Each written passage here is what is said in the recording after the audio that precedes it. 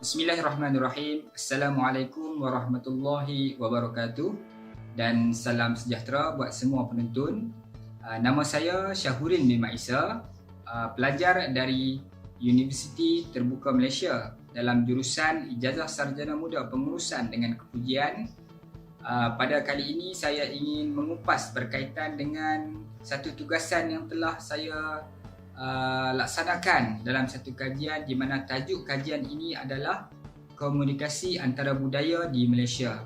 InsyaAllah saya akan kupas berkaitan dengan apa yang telah saya dapatan daripada kajian-kajian dan pencarian berkaitan dengan keberkesanan komunikasi budaya di Malaysia. InsyaAllah. Antara isi kandungan yang telah saya sediakan dalam tugasan ini adalah berkaitan dengan definisi komunikasi,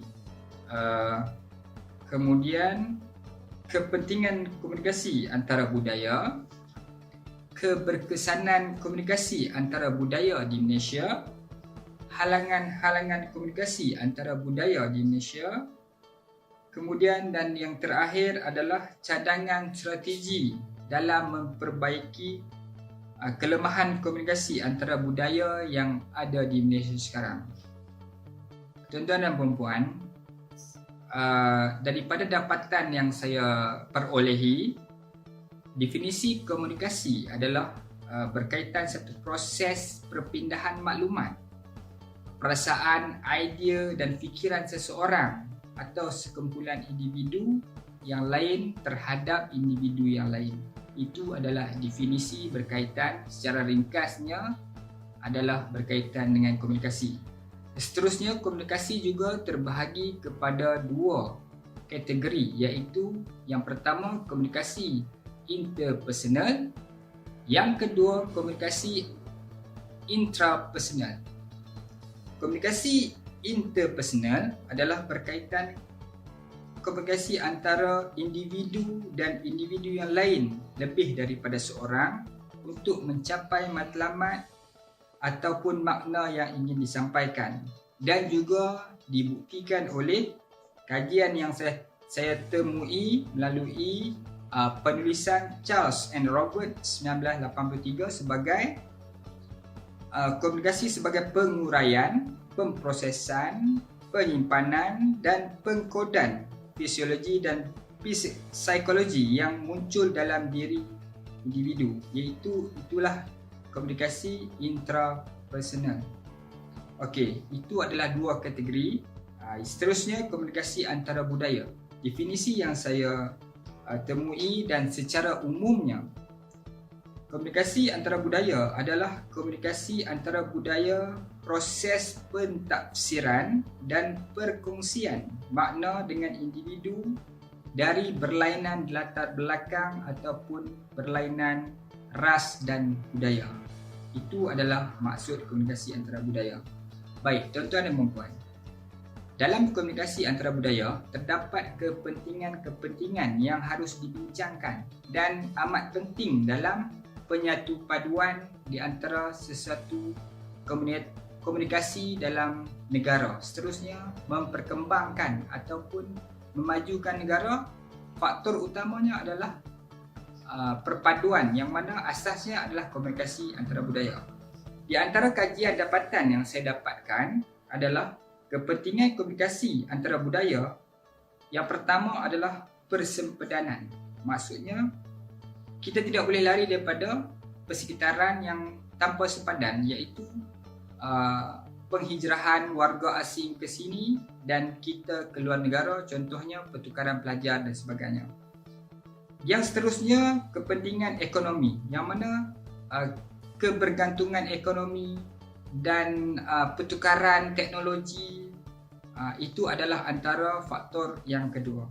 Seterusnya, teknologi, iaitu teknologi-teknologi yang masuk ke dalam negara dan teknologi kita yang dipinjamkan ataupun diguna pakai di negara luar, memungkinkan kita memerlukan satu komunikasi antara budaya secara langsung.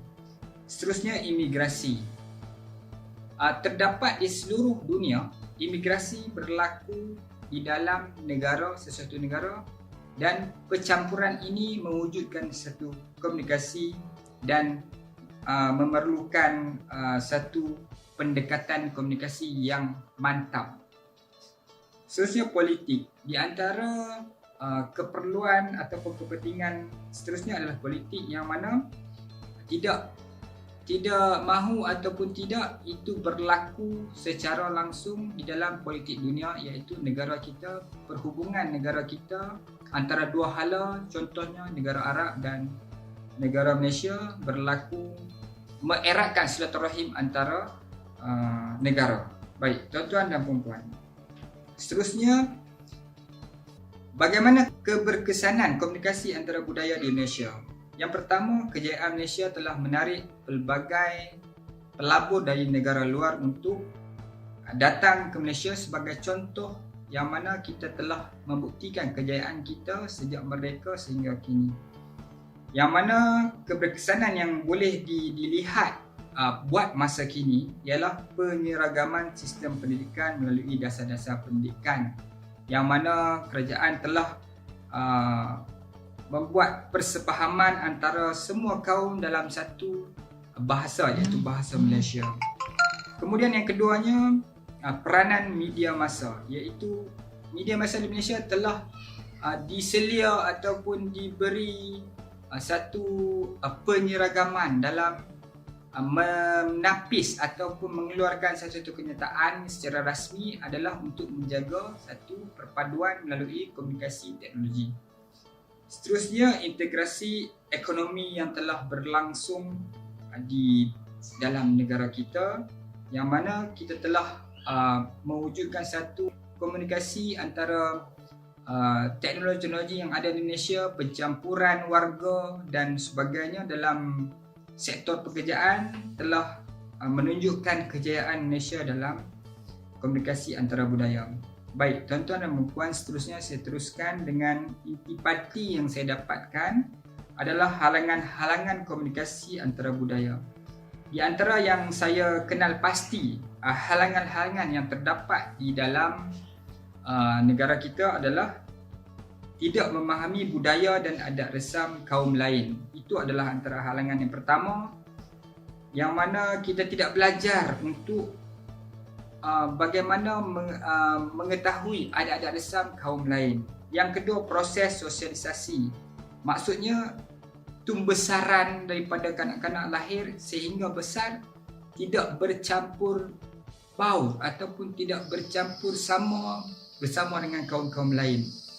Halangan yang ketiga adalah mentality, iaitu persepsi yang telah diterapkan daripada orang-orang yang terdahulu menyebabkan persepsi terhadap kaum lain itu menjadi satu pembawakan, itu menjadi satu halangan yang seterusnya. Seterusnya, stereotype, iaitu satu persepsi yang ada dalam diri manusia, satu kaum, yang memandang negatif terhadap sesuatu kaum lain. Contohnya, kaum sesuatu itu suka mengambil kesempatan. Itu adalah sifat individu, bukan sifat perkauman yang sepatutnya kita tahu. Kemudian seterusnya, diskriminasi, iaitu lanjutan daripada halangan mentaliti, stereotip dan prasangka, yang mana secara langsung ia akan mendiskriminasi satu kaum jika ia memegang satu tampuk pemerintahan ataupun jawatan terhadap kaum lain. Seterusnya, yang terakhir adalah ethnocentrism, iaitu tanggapan sesuatu kaum adalah kaum lain lebih rendah daripada kaumnya. Itu adalah sifat ethnocentrism, iaitu anggapan satu kaum lain lebih rendah daripada kaum sendiri. Baik, tuan-tuan dan puan-puan, dalam analisis ataupun kajian yang telah saya temui, saya mencadangkan 3 strategi utama dalam memperbaiki kelemahan komunikasi antara budaya, iaitu sistem politik, proses sosialisasi sekunder dan manifestasi secara keseluruhan negara kita. Itu adalah satu cadangan yang mana melibatkan menyeluruh sistem politik di negara kita yang tidak mengutamakan perkauman. Kita mesti menyatukan perkauman semua dalam satu parti politik. Baik, proses sosialisasi sekunder iaitu kita mengumpulkan semua sekolah dalam satu kawasan menjadikan satu sekolah wawasan, iaitu kita tiada lagi satu jarak di mana satu pentadbiran berlaku untuk semua kaum dalam satu kawasan pendidikan. Seterusnya, manifestasi yang saya maklumkan tadi adalah manifestasi yang mana berbentuk teras tunjang kepada persepaduan untuk menyatukan keseluruhan rakyat di Malaysia dengan mengutamakan kepentingan bahasa Melayu, kepentingan kaum lain dan kepentingan menyeluruh terhadap keseluruhan negara kita. InsyaAllah dengan adanya persekitaran dan cadangan ini, insya-Allah kita akan mendapat satu perhubungan perpaduan melalui komunikasi yang berkesan di dalam Malaysia, insya-Allah. Saya sudahi dengan wabillahi taufiq wal hidayah. Wassalamualaikum warahmatullahi wabarakatuh.